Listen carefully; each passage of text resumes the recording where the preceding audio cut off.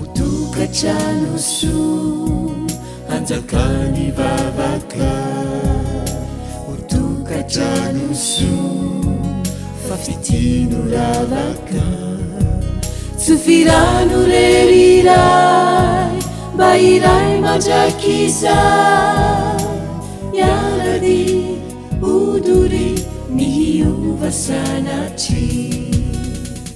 Miaraba anareo tonga soa eto amin'ity fandarana momba ny fiainam-pianakaviana ity, izay miompana amin'ny loha hevitra hoe fanantenana ho an'ny ankohonana ankehitriny. Izao ny Rija Mory, pastora amin'ny distrikan'ny Fiangonana Adventista Anosy-Be Antananarivo. Izao indray no Ramatoa Mory, mpanampy tandrifan'ny pasteur Rija Mory ao anatin'izao fanompoana izao. Mahafaly anay no miaraka aminareo androany ao anatin'izao fandarana izao. Eo amin'ny asa mampitandronay zay efa ho 17 taona zay dia matetika aho no miarika olana ara-panambadiana na koa olana ara-pianakaviana, ary efa maromaro ihany zay karazana olana efa natrehana izay. Raha ny marina dia tena fiaikana tokoa ny fiatrenareo olana ireo, kanefa na izany aza dia tena azahoana valy soa betsaka tokoa izany, na ho an'ireo mpivady na ho an'ireo fianakaviana zay nitsangan'ny olana, na ho anay ihany koa zay nanampy azy ireo niatrika izany olana izany. Tena marina tokoa izay voalazay satria vavolombelona hita izany koa ao tao anatin'ny 12 taona ny vadiana izay. Imbetsaka ao nefa nanampy mivantana na tsy mivantana ny vadiko niatrika ireo olan'ireo amin'ny eo mpivady na ny fianakaviana amin'ny faritra izay niasanay. Fa na izany aza dia tena nahita koa izay ny tombontsoan'ny fanomezam-pahasoavan'ny fanambadiana, ary nanomeanay fotoana Andriamanitra mba ahatakarana misimisy kokoa ny marina momba ity fanambadiana ity. Nan'izany fotoana izany tokoa no nahitanay fa tena fanirian'Andriamanitra ho an'ny mpivady dia izao, tsy ny ivady mandra-pahafaty ihany na ivady mandrakizay, fa ny ahatonga ny fanambadiana ao anatin'ny fahasambarana tanteraka, mba ho mpivady sambatra, ho fianakaviana sambatra. Izany ny programan'Andriamanitra. Noho izany, raha izara fanandramana aminareo izay androany, dia mino fa ia mazava kokoa aminareo ary ia tsara kokoa ny fahatakaranareo ny tena plan'Andriamanitra momba ny fanambadiana. Izany indrindra no nahatonga ny lohatenintsika androany manao hoe tonga mpiaradia mifandray am-po. Manasa anareo ary izahay araka iombom-bavaka aminay, meloha indrindra ny anatanterantsika ny famelabelarana amin'ity anio ity.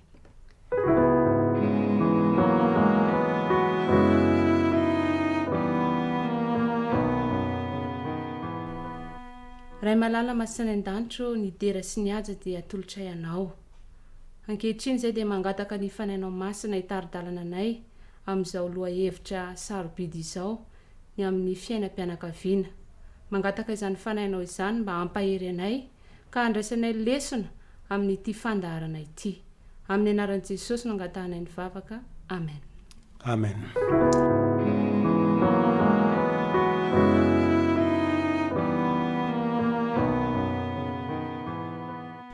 Fa inona tokoa moa no planin'Andriamanitra momba ny fanambadiana e? Jesosy mihitsy manko no nanao izao fanambarana izao ao amin'ny Mateo 5:15-15. Ary noho izany ny lehilahy dia andao ny ray sy ny reniny ka hikambana amin'ny vadiny, ary dia ho nofo ray ihany izy roa, ka dia tsy roa intsony izy fa ho nofo ray ihany. Koa amin'izany izay nampiresin'Andriamanitra dia aoka tsy ho ampisarahan'ny olona. Marina mihitsy zany fanambarana zany. Fa ny lehilahy olona iray, ny vehivavy olona iray, fa rehefa nampiraisin'Andriamanitra ny fanambadiana izy roa ireo dia lasa iray ihany izy roa hoe Jesosy. Anisan'ny zavatra iray noforoan'Andriamanitra hatrany am-boalohany mihitsy zany ny fanambadiana mba ho loharan'ny-pahasambarana ho an'ny olona. Tena marina mihitsy zany arak'izay voalaza ao amin'ny Genesis 2:2-20 izay anasako anao mba hiaraka maka izany aminay. Genesis 2:2-20 dia manao hoe, ary Jehovahandriamanitra nanao hoe tsy tsara raha irery raha lehilahy, dia anaovako vady sahaza ho azy izy. Arak'izany dia efa programan'Andriamanitra mihitsy zany ity fanambadiana ity.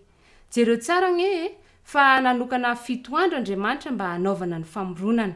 Ny andro enina nanamboarana ireo zavatra rehetra nilaina mba hampisy endrika tsara ity tany ity, sy tsy hahafoana ny tany ihany koa, ary ny andro 7 indray nataony mba ho fotoana fankalazana manokana ny asa mahagaga izay nataony, ka dia natokany sy no amasininy manokana izany andro izany. Isaky ny mahavita zavatra Andriamanitra nandritra ny 5 andro voalohany dia tsara foana ny fahitana izany. Tao anatin'ireo 5 andro voalohan'ireo dia indimy koa voalaza fa tsara ny fahitan'Andriamanitra ny zavatra nataony. Arak'izay voalaza amin'ny Genesis toko voalohany, 1:4, 1:10, 1:12, 1:20 ary 1:20 dia milaza hoe ary hitan'Andriamanitra fa tsara izany. Tao anatin'ireo 5 andro ireo anefa dia mbola tsy nataony ny olona ary tsy mbola vita ihany koa ny fanambadiana. Tamin'ny andro fahaenina Andriamanitra no namorona ny olona rehefa avy namorona ireo biby maro tetỳ an-tanety. Toy izao ny namarana ny andro fahaenina, izany hoe rehefa vita ny lehilahy i Adama zany sy ny vehivavy Eva ary vita ihany koa ilay mariazy voalohany teto an-tany dia hoy izy ao amin'ny Genesis toko voalohany 1:30. Ary hitan'Andriamanitra izay rehetra nataony ary indro tsara indrindra izany. Dia nisy hariva ary nisy maraina andro fahaenina izany. Mario tsara fa nijanona ho tsara fotsiny ireo zavatra rehetra nataon'Andriamanitra teo aloha. Saingy rehefa vita kosa ny olona sy ny fanambadiana dia voalaza fa indro tsara indrindra izany. Tena izay mihitsy ny fikasan'Andriamanitra. Hatrany am-piandohana momba ny fanambadiana. Tena tsara indrindra ny fanambadiana. Fifaliana ho an'Andriamanitra ny nanome zany tombontsoa izany hoe tsara indrindra izany ho an'ny mpivady. Andeny ho jerentsika ilay tantaram-pitiavana voalohany ary ho jerentsika ny fihetseham-pon'ny olona voalohany i Adama raha vao tonga tao anatin'ny fanambadiana izy. Ao amin'ny Genesis toko 2, 1:20 no ahitantsika io tantaram-pitiavana io. 1:20 dia milaza manao hoe dia nomeny raha lehilahy anarana ny biby fiompy rehetra sy ny vorombanidina mba amin'ny bibidia rehetra nefa tsy hita zay vady sahaza ho an-draha lehilahy. Nandalo teo alohan'ny Adama avokoa ireo karazana biby teto amin'ity tany ity, saingy zao ny voalaza tsy nahita zay vady sahaza ho azy na dia iray akory aza i Adama. Tsy nisy na dia iray tamin'ireo biby ireo no afaka nome, no afaka hitondra fifaliana, fahasambarana ho an'ny Adama ao anatin'ny fanambadiana. Manoloana izany anefa dia fa nanomana planina tsara indrindra ho an'ny Adama Andriamanitra. Araka izay voalaza eo amin'ny 1:20 ary Jehovah Andriamanitra nasondriana tory an-draha lehilahy ka dia natory izy. Dia naka ny taolateziny anankiray izy ka nanakombona ho nofo solony 1:20 ary ny taolateziny izay nalaina ny Jehovah Andriamanitra tamin'ny raha lehilahy dia nataony vehivavy. Ary rehefa vita ho vehivavy dia nentiny tany amin'ny raha lehilahy. Zay tsara nge eto hoe Andriamanitra mihitsy nanamboatra ilay vehivavy na ilay vady sahaza ho an'ny lehilahy. Ary tsy vitany hoe nanamboatra fotsiny i Andriamanitra fa mbola nitondra ilay vehivavy ilay vady sahaza hoe eo amin'ny lehilahy izy. Tena fanomezana manokana avy amin'Andriamanitra ho an'ny lehilahy mihitsy izany ny vehivavy na ilay vady sahaza. Nanahoana ary ny fihetseham-pon'ny Adama, fihetseham-pon'ny lehilahy manoloana izany. Io 1:20 dia milaza fa hoy raha lehilahy ankehitriny dia taolana avy amin'ny taolako ity, nofo avy amin'ny nofoko ity. Ity dia atao hoe vehivavy satria lehilahy no nanalana azy. Vao nahita ilay vehivavy zany i Adama dia indro fa tena fifaliana re izany ary nahateny mihitsiny izy hoe taolana avy amin'ny taolako ity, nofo avy amin'ny nofoko ity. Io dia fanambarana ny fihetseham-pon'ny Adama fa tena iray tanteraka amin'ny Adama ilay vehivavy. Ary marina tokoa fa tao anankiroa ny fijery azy, lehilahy sy vehivavy. Fa raha ny marina zany dia iray ihany izy ireo satria taolana iray ihany, nofo iray ihany. Raha ny marina zany tena iray izy ireo. Ary zao ihany koa zany hoe zavatra nataony Adama ity dia atao hoe vehivavy satria lehilahy nanalana azy. Raha nandalo teo alohan'ny Adama ireo karazana biby be dia be ireo dia nomeny anarana daholo ireo. Zao ndray misy voary anankiray mahafinaritra ny Adama ilay vehivavy dia nomeny anarana hoe vehivavy. Ny lehilahy amin'ny teny Hebreo dia hoe Ish ary ny vehivavy amin'ny teny Hebreo ilay anarana nomeny Adama ny vehivavy Isha. Zany hoe nampiana a fotsiny zany le Ish. Zany hoe tsy miala le Ish le lehilahy fa nampiana a fotsiny dia Isha, nampiana tovana a dia lasa Isha. Ary zany anarana dia ahitantsika fa tena iray ihany. Ary manamafy izany mihitsy nambaran'Andriamanitra eo amin'ny 1:4 satria iray izy ireo. Dia hoy Jehova ary noho izany ny lehilahy dia andao ny rainy sy ny reniny ka hikambana amin'ny vadiny dia ho tonga inona izy ireo? Nofo iray ihany izy ireo. Raha ny marina zany dia Andriamanitra nanakambana ny lehilahy sy ny vehivavy ary dia tonga nofo iray izy ro io fanakambana to Andriamanitra io no antsonina hoe mariazy de lasa nofo iray izy ro. Tena marina loatra izay voalaza teo izay fa rehefa vita tokoa zany mariazy vao tafakambana ho nofo iray ihany ny mpivady ary izay mihitsy no mahamasina ny fanambadiana ary tena tsy azo ampifamadina mihitsy io lamina nataon'Andriamanitra io raha mbola ao amin'ny dada sy neny aloha zany ny lehilahy raha mbola i dada sy neny no mamelona miantoka ny fiainana manontolo de tsy tokony andeha ikambana amin'ny vehivavy iray zany izy. Ny antony lasa olana lehibe ho an'ny mpivady vao ny fameloman'ireo ray aman-dreny azy ireo. Lasa tsy mahaleo tena izy ireo fa miankin-doha foana amin'ireo ray aman-dren'ireo. Ary matetika aza de miteraka olana maro samy hafa eo amin'izy mivady zany na ho ela na ho aingana. Ary indrisy aza fa misy ireo tokantrano rava mihitsy vokatra izany. Koa ny torohevitra ho an'ireo ray aman-dreny izay mananjanaka efa manambady de izao. Azonareo atao ny manampy azy ireo amin'ny fiainana saingy avelao re izy ireo mba aleo tena tanteraka Tena malaza ilay voalazan'Andriamanitra hoe andao ny tranony rainy sy ny reniny ka ikambana amin'ny vadiny. Ilay voambolana malagasy efa diso haintsika loatra ilay hoe tokantrano. Avelao re mba hitokantrano izy ireo fa tena animba ny fanambadiana izy ireo ny tsy famelantsika azy ireo hitokantrano Ny torohevitra ho anareo zanaka indray izay mbola anambady saingy na hoela na hoaingana de tsy maintsy rosa amin'izay fanambadiana izay. Dinio tsara aloha ny fahafahanareo mandao any dada sy neny. Sanatria tsy mbola mahaleo tena ianareo fa tonga nareo mbola hiankin-doha tanteraka amin'ny dada sy neny ihany. Raha ny marina de ny tovolahy ny tena voakasika izany mivantana saingy voakasika ihany koa ny tovovavy satria afaka mandinika tsara nareo tovovavy raha misy lehilahy mangataka anareo vady. Ankoatr'izany ihany koa ny olana goavana ihany koa raha vao tsy arahana io lamina nataon'Andriamanitra io ilay manao hoe ho nofo iray ihany izy roa izany hoe raha misy tovolahy na tovovavy iray izay tsy mbola vita ny fanakambanana azy amin'ny vadiny raha tsorina de hoe tsy mbola vita mariazy ara-dalàna ka miroso amin'ny hoe nofo iray io na ny firaisana ranofo zany de tena fahotana zany izay antsoin'ny soratra masina hoe fijangajangana ary hitarika amin'ny fahasimbana be da be zany ary mety hiafaran'ny fahaverezana mandrakizay mihitsy aza. Tena marina izany ry havana. Tena marina zay voalaza izay. Fa ny nampiko azy de zao mety mora kokoa an'le lehilahy sy vehivavy ny miditra ao anatin'le hoe fanambadiana amin'ny alalan'le mariazy ny resahana teo. Saingy tsy maintsy hiatrika fiaikana maro na olana maro ny mpivady rehefa tafiditra ao anatin'ny fanambadiana. Raha mijery isika zay nanjoan'ny Adama sy Eva talohan'ny mariazy de tena fifaliana ho an'ny Adama, fifaliana ho an'le mpivady vaovao. Vitan'ny mariazy fahasambarana ary tena fifaliana fa nanaona kosa taorinan'ny mariazy. Azo antoka fa mbola nitoy ny fahasambarana mandra-pahatonga ny olana anankiray lehibe de nanekeny Eva ny fakapanahy narosony devolo teo aminy. Ary efa lavo tamin'ny fahotana Eva de izy indray ny nakafanany vadiny ka de indrisy fa samy lavo tao anatin'ny fahotana avokoa izy mivady arak'izay voalaza amin'ny Genesis 3:7.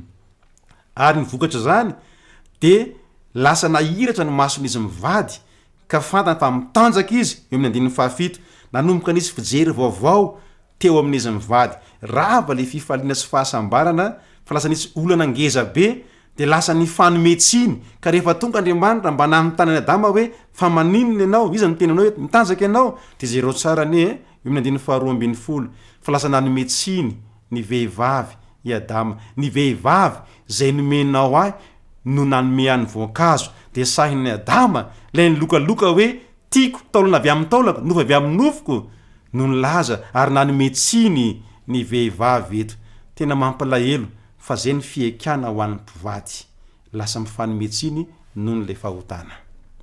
Tena marina mihitsy zany mora tokoa ny miditra eo amin'ny sehatry ny fanambadiana saingy sarotra ny mitoetra ho faly sy ho sambatra ary ho be fitiavana ao anatin'izany fanambadiana izany.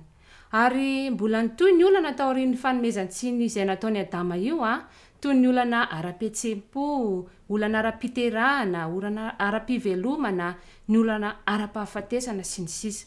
Ary tsy mora ho an'ny Adama sy Eva mihitsy ny niatrika izany taty aoriana. Ka ny lesona tiana hiampitaina amintsika de izao hoe mety ho mora tokoa ny miditra eo amin'ny fanambadiana saingy tsarovy fa tsy mora ny mitoetra ao anatin'ny fanambadiana fa na tsy mora aza izany move misy vahaolana mba hahafahana mitoetra ho falifaly sy ho sambatra foana ao anatin'ny fanambadiana tena misy tokoa ny vahaolana tena azo antoka fa nanome vahaolana Andriamanitra ary isy manam-pahaizana ny laza hoe tena mora ny manambady fa sy tsara tokoa ny mijanona ao anatin'ny fanambadiana ny mampitoetra ny fahasambarana ao amin'ny fanambadiana dia lazay manam-pahaizana hoe haikanto fahaiza-manao ara hoe isika koa inona ary zany le vahaolana mahomby mba hiazona ny fahasambarana sy ny fifaliana eo anivon'ny fanambadiana mba hahafahantsika mamaly zany fanontaniana izany dia tsy maintsy miverina isika amin'ilay planin'Andriamanitra voalohany momba fanambadiana ao amin'ny 9:20 amin'ny Genesis 2:2 zay efa hitantsika teo le hoe ary Jehovah Andriamanitra nanao hoe tsy tsara raha irery raha lehilahy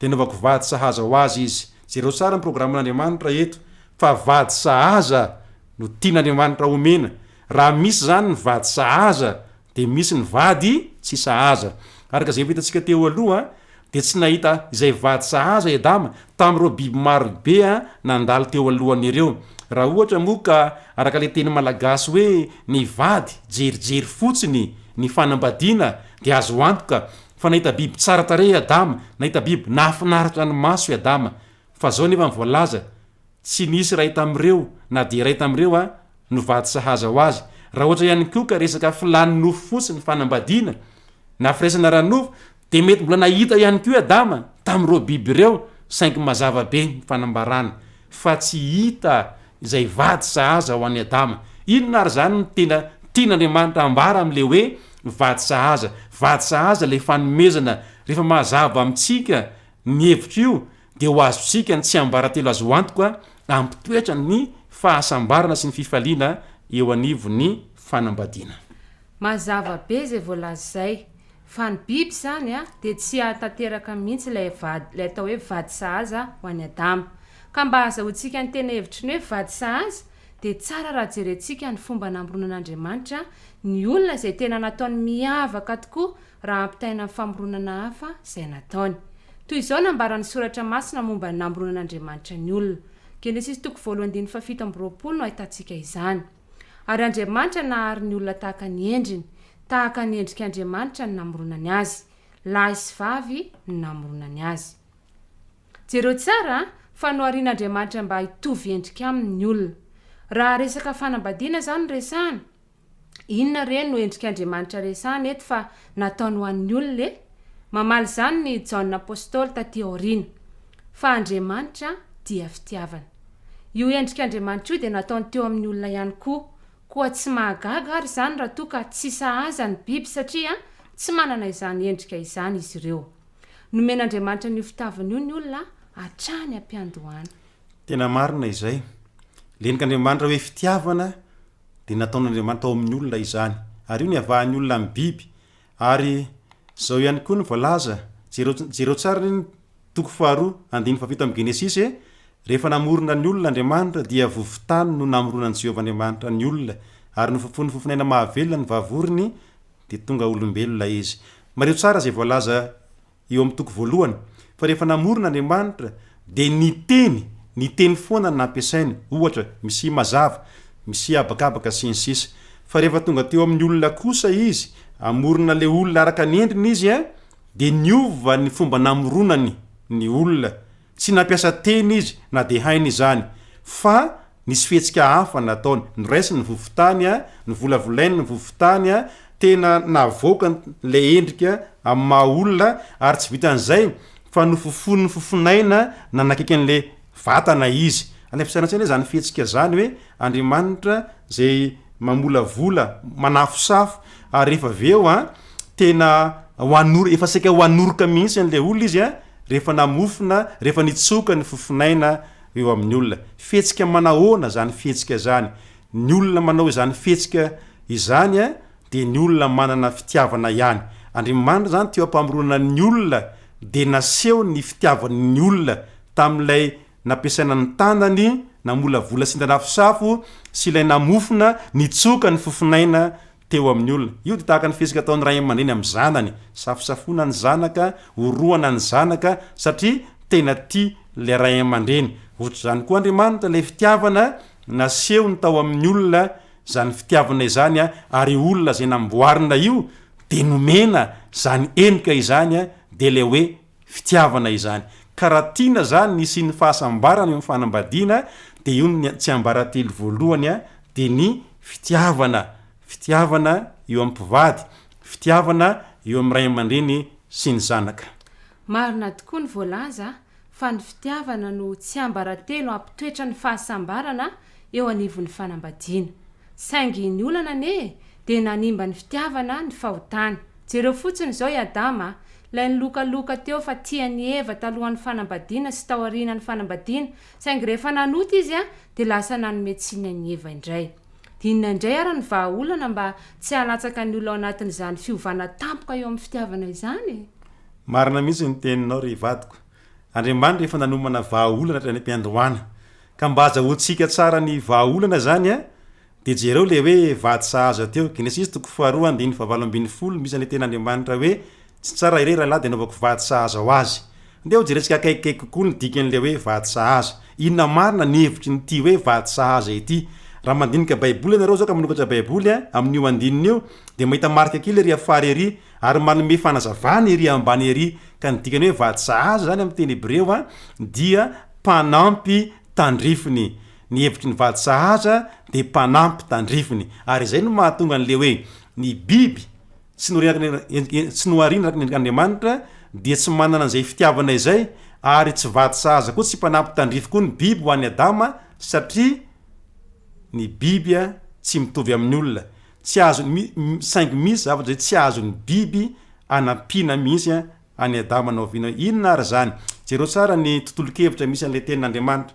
mialoha ny ilazan'Andriamanitra hoe tsy tsara ire raha lehilahy fanaovako vady sahaza ho azy de inona aloha no nalazain'Andriamanitra tamin'ny lehilahy eo amin'ny 9:40 sy ny 7:10 de misy teny toy izao hoe ary Jehova Andriamanitra nandidy andraha lehilahy zany hoe Jehova nandidy aloha nanome didy zany Jehova andraha lehilahy ary ny didy eto de mizara anankiroa ny azo rehetra eo amin'ny sa dia azonao hinanana ny misy zany didy mampanao azonao hinanana de ny azo fanantsara sy ny ratsy kosa dia aza hinanana de misy zany didy tsy mampanao didy mandrara fa amin'ny andro zay hinanana ho azy de ho faty io zany vokatra an'le hoe raha tsy ankatoavina ny didy de ho faty ianao tao anazy tolo-kevitra zay Jehova no nahita hoe tsy tsara raha irery raha lehilahy fanaovana vady sahaza anaovana mpanampy tandrify petraka ary ny fanontaniana hanampy any Adama amin'inona ary zany le vady sahaza na le mpanampy tandrify mazava ho azy ry havana fa nataon'Andriamanitra le mpanampy tandrify mba hanampy any Adama amin'ny fankatoavana an'ireo didy zay nomeny ireo le didy mampanao azonao hinanana sy ny didy mandrara manao hoe aza hinanana zay misy vokany eo amin'ny fiainana na raha ankatoavina de mamelona raha tsy ankatoavina de mahafaty ary dia raha biby no nomeny Adama manampy azy tsy manana tsy afaka hanampy any Adama sy fanoany amin'ny Adama amin'izany ny biby fa Eva le olona tahaka ny Adama no nomena mba hifanampy aminy amin'ny fankatoavana reo didy zay nomen'Andriamanitra ireo marina mihitsy ny voalaza teo fa tena natao hifanampy tokoa zany ny mpivady manoloana ny fanaovana ny sitrapon'Andriamanitra zay nasehony ao anatin'ireny didy nomeny ireny ny mampalahelo anefa fa lavy tao anatin'ny fahotana i Adama sy Eva indrisy raha tokony hifanampy amin'ny fankatoavana ny didy zany izy mivady de indry fa lasany fanampy tamin'ny tsy fankatoavana ny didy indray ary ny tena mampalahelo ny toy any tantara de safidy ratsy no niraisin'izy ireo tamin'izay efa hitantsika teo aloha ihany koa ny fiaikana maro samihafa tsy maintsy natrehan'izy mivady no ny safidy diso ny raisin'izy ireo na sarotra io fiaikana io ary izany no iresana amintsika androany fa ny tsy ambaratelo ny fahasambarana ho an'ny mpivady sy ny ankohonana ray amantolo mihitsy zany de ny fifanampiana ny fifanoanana amin'ny fitandremana ireo didy zay nomen'Andriamanitra antsika ho fanampin'ilay tsy ambaratelo ry am-boalohany hoe fitiavana ry havana de tena marina fa anisan'ny tsy ambaratelo ny fahasambarana ihany koa ny fifanampiana eo amin'ny fitandremana ny didy zay nomen'Andriamanitra fa ny fatena mipetraka de zao inavy moa ireo didy nomen'Andriamanitra ny olona taorian'ny fahalavony Adama sy Eva taorian'ny fahotana satria efa tsy eo intsony zany zao le azo voarara tao amin'ny saedena tateorina de nanome mazava tsara didy Andriamanitra le atsotsika hoe didy folo ary nataony mazava tsara ary nosoratany tamin'ny vato fisaka anankiroa ny didy folo ary jereo tsara ny fifandraisana misy eo amin'ny didy folo sy ny olona samy nampiasa tanan'Andriamanitra tamin'ny namorona ny olona sy teo amin'ny nanoratana ny didy folo zany hoe ny zava-dehibe amin'Andriamanitra de nampiasain'ny tanany na ny olona na ny didy folo ary tena tian'Andriamanitra aseho fa tena zava-dehibe aminy ny olona sy ny didy folo. Ny didy folo de mizara roa mazava tsara ihany koa. Rehefa nisy nanontany an'i Jesosy ny amin'izany didy lehibe izany de nilaza ny fizarany roa amin'ny didy folo io izy de ny amin'ny fitiavana an'Andriamanitra ny voalohany sy ny fitiavana ny olona.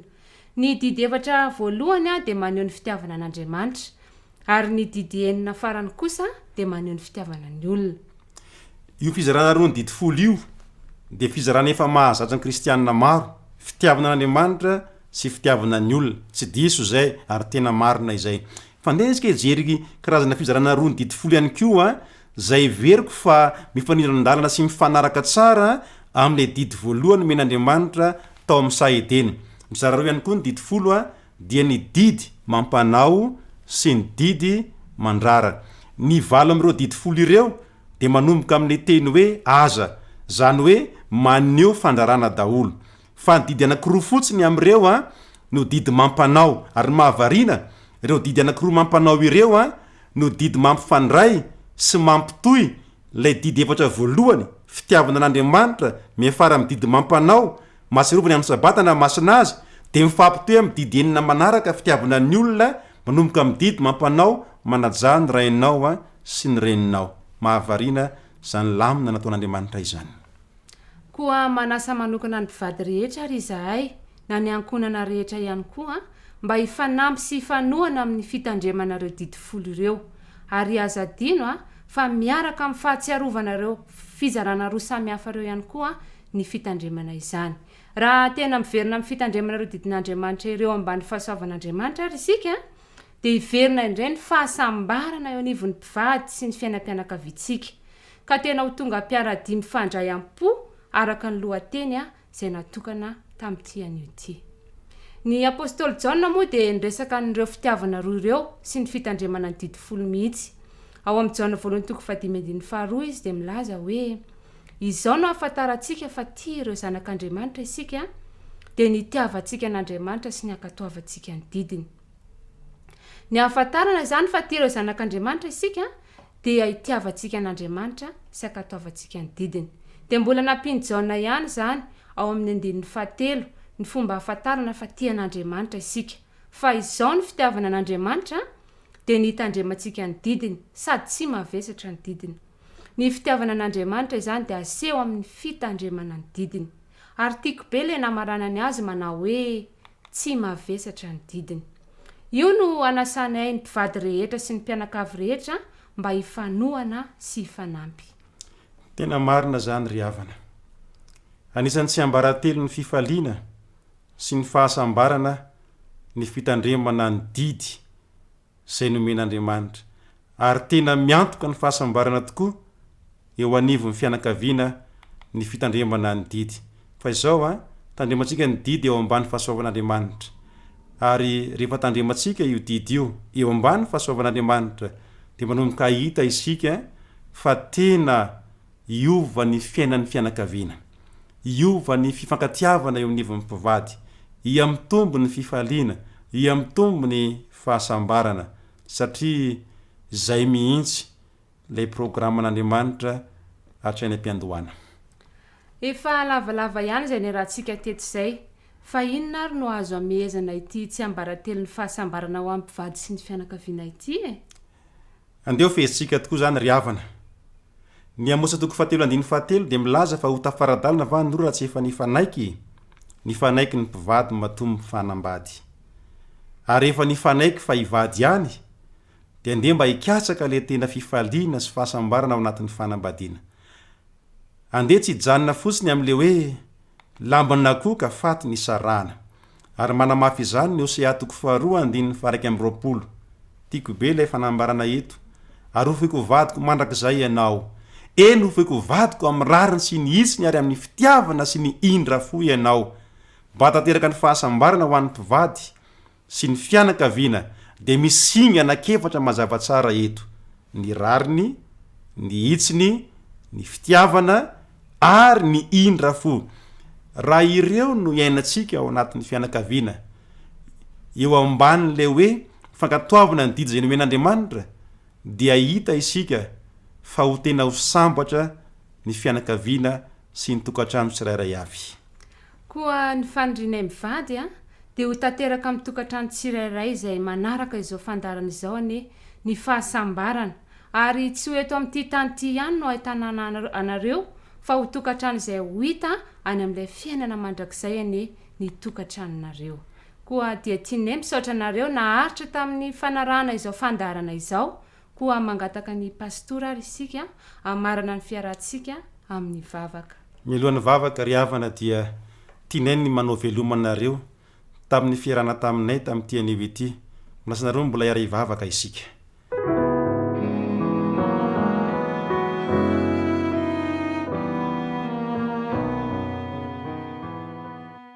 ray malalo isaoranay ianao ny planina hatrany amin'ny voalohany zay nomenao ny fanambadiana ny mpivady ny mpianakavy ny fianakaviana dia ny ho faly sy ho sambatra ao anatin'ny fitiavana zay endrika atao aminao ka nomenao anay olona nomena koa ny didy mba hifalianay sy hahasambatra anay ankehitriny dia mangataka izahay aoka mba ho zava-misy sy ho tanteraka amin'ny tokantrano tsirairay avy zay manaraka izao fandarana izao lay fitiavana ary ny fikantoavana ny didinao ka dia zava-misy ao anatin'izy ireo ny fifaliana sy ny fahasambarana misaotra ny amin'ny valim-bavaka omenao anay fa ny vavaka dia tononona sy angatana minaran'i Jesosy amen utukatrano so anjakany vavaka utukatrano so fafitino ravaka tsufirano reriray mba iray mandrakiza